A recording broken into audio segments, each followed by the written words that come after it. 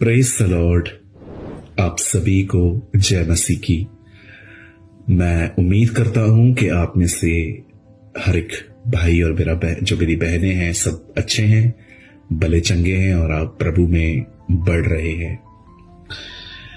मैं जानता हूं कि आपने इस वीडियो के टाइटल को पढ़ लिया होगा और विश्वास करें सब ठीक हो जाएगा।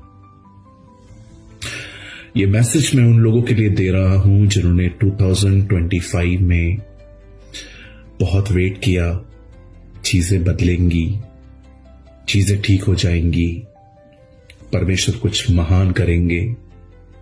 लेकिन ये हो सकता है कि आपकी फाइल को टच भी नहीं किया गया है।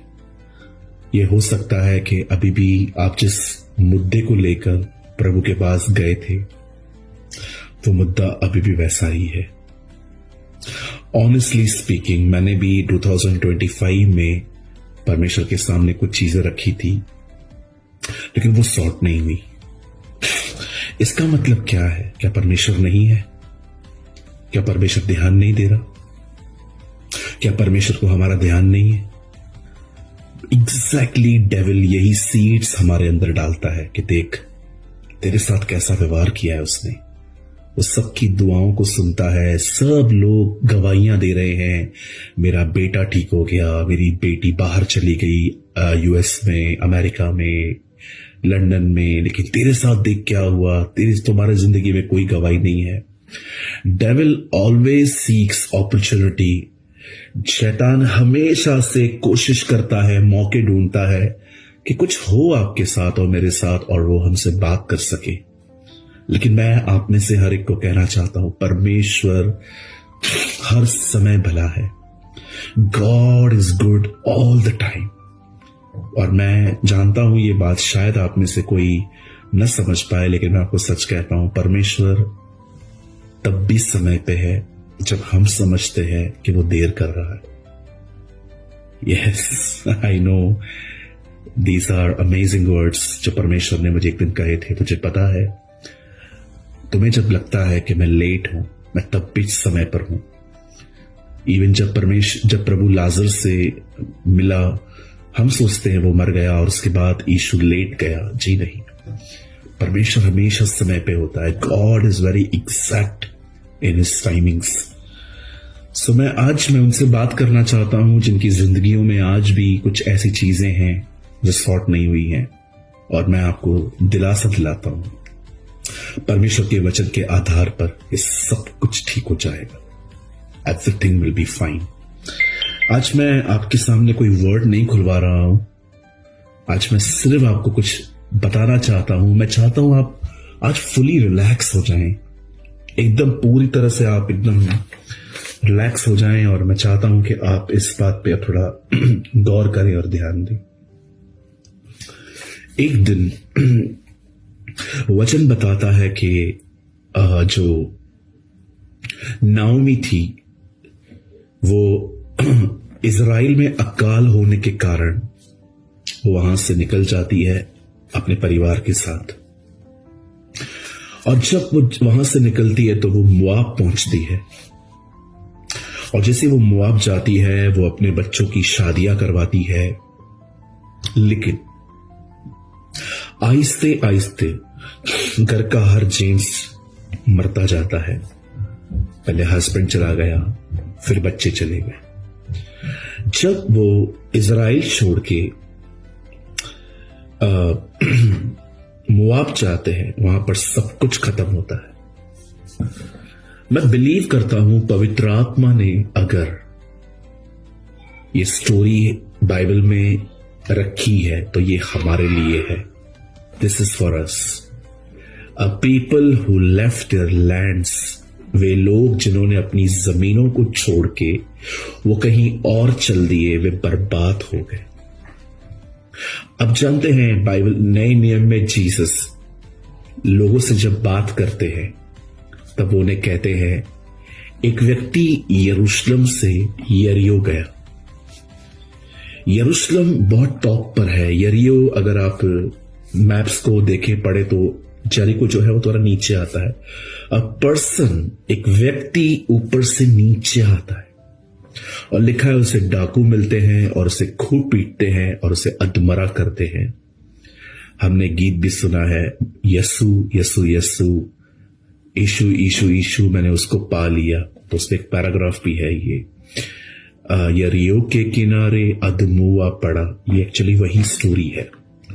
सो अब उसे मारा गया, बट आपने देखा किसको मारा गया? जो यरूशलेम से निकलकर यरीहो आया। अब जानते हैं पुराने जमाने में परमेश्वर ने इजराइलियों को एक प्लेस दी थी रहने के लिए, जिसका नाम आज इजराइल है, पर पुराने जमाने में कनान था। आप जानते होंगे आज भी जो पैलेस्टीनियन लोग जो है वहां जो रहते हैं, यही क्लेम करते हैं कि ये जमीन हमारी है, लेकिन ये कहते नहीं ये जमीन हमारी है। ओरिजिनली ये जमीन परमेश्वर ने उन्हें दी थी और वो उसके हकदार है। लेकिन इजराइल से हमेशा लोगों को वहां से भगाया गया, मारा गया, पीटा गया, और उसकी लैंड्स को कई बार उन्होंने ओवरकम किया, और हमेशा इस लैंड को लेकर बड़ा विवाद चलता आया है। आप जानते हैं जब नाओमी ने अपना घर छोड़ दिया, वो बर्बाद हो गई। एक व्यक्ति ने यरूशलेम को छोड़ दिया, वो बर्बाद हो गया। गुमराह पुत्र ने बाप का घर छोड़ा, वो बर्बाद हो गया। पुराने नियम में जब लोगों ने अपनी प्लेसेस को बदल दिया, तब वो खत्म हो गए। लेकिन क्या आपने देखा, जब गुमराह पुत्र वापस आया, वो रिस्टोर हो गया। जब नाओमी और रूथ वापस इजराइल आ गई और बोअज के खेत में रूथ काम करने लग गई, आपने देखा सब कुछ बदल गया। मैं आपको बताना चाहता हूं, देयर इज अ प्लेस जहां सब कुछ खत्म हो जाता है, देयर इज अ प्लेस जहां पर सब कुछ रिस्टोर हो जाता है। वो कौन सी जगह है जहां पर सब कुछ खत्म हो जाता है? वो जगह है जब एक व्यक्ति परमेश्वर की उपस्थिति में से बाहर आता है और अपनी जिंदगी अपनी मर्जी से जीता है। यहां पर सब कुछ खत्म हो जाता है।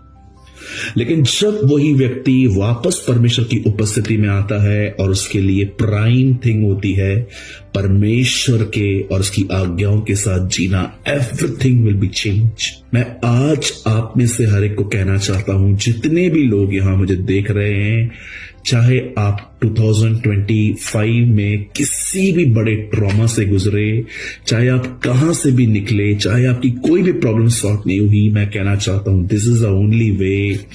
सब कुछ बदल जाएगा, सब कुछ ठीक हो जाएगा। जस्ट एक काम करें, परमेश्वर की उपस्थिति में जिए। जो परम प्रधान के छाए हुए स्थान में बैठा रहे, वह सर्वशक्तिमान परमेश्वर में ठिकाना पाएगा। मैं आपको कहना चाहता हूं, सिर्फ और सिर्फ एक काम करें, उसके करीब जाएं, प्रार्थना के द्वारा, वचन पढ़ने के द्वारा, फास्टिंग के द्वारा, वर्शिप के द्वारा, और वहीं पर जिंदगी जिए। मैं आपको सच कहता हूं, परमेश्वर आपकी दुआओं को नहीं सुनता, यह सच नहीं है। परमेश्वर आपको कुछ सिखाना चाहता है। जिंदगी में कुछ लेसन्स ऐसे होते हैं जो आपको टेंशन फ्री कर देते हैं। मैंने कई बार अपनी लाइफ में ऐसी ऐसी प्रॉब्लम्स फेस की हैं, मैं यहां पर ऑन कैमरा नहीं बता सकता, कि जब मैंने उन प्रॉब्लम्स को फेस किया, उसके बाद मैं इतना बोल्ड बन गया, उसके बाद मैं इतना मैच्योर बन गया, उसके बाद मैंने पर्टिकुलर उस विषय पर मैंने एक अलग ही रिएक्ट करने का वे पाया। परमेश्वर ने उस विषय में मेरी थॉट लाइफ चेंज कर दी, और मैंने देखा कि परमेश्वर एक भला परमेश्वर है। अगर उसने मेरी किसी दुआ को नहीं सुना है, अगर उसने मेरे किसी प्रॉब्लम को सॉल्व नहीं किया है, तो वो कुछ मुझे समझाना और सिखाना चाहता है। इवन दाऊद तो एक कदम आगे जाके कहता है कि मुझे जो दुख हुआ वो इसलिए हुआ ताकि मैं तेरी विधियों को सीख सकूं। दाऊद कहता है परमेश्वर प्रॉब्लम में मुझे रखता है तो वो इसलिए रखता है ताकि मैं और स्ट्रांग बनूं और उसके साथ चलना सीखूं। आज मैं आप में से हर एक को इनकरेज करना चाहता हूं, मेरे भाइयों, मेरी बहनों, just stay in the presence of god. प्रभु की उपस्थिति में बने रहें, प्रभु के साथ चलते रहें। आने वाले दिनों में सब कुछ ठीक हो जाएगा। कभी न भूलें ये बिली ग्राम के वर्ड्स हैं, अंकल बिली ग्राम के।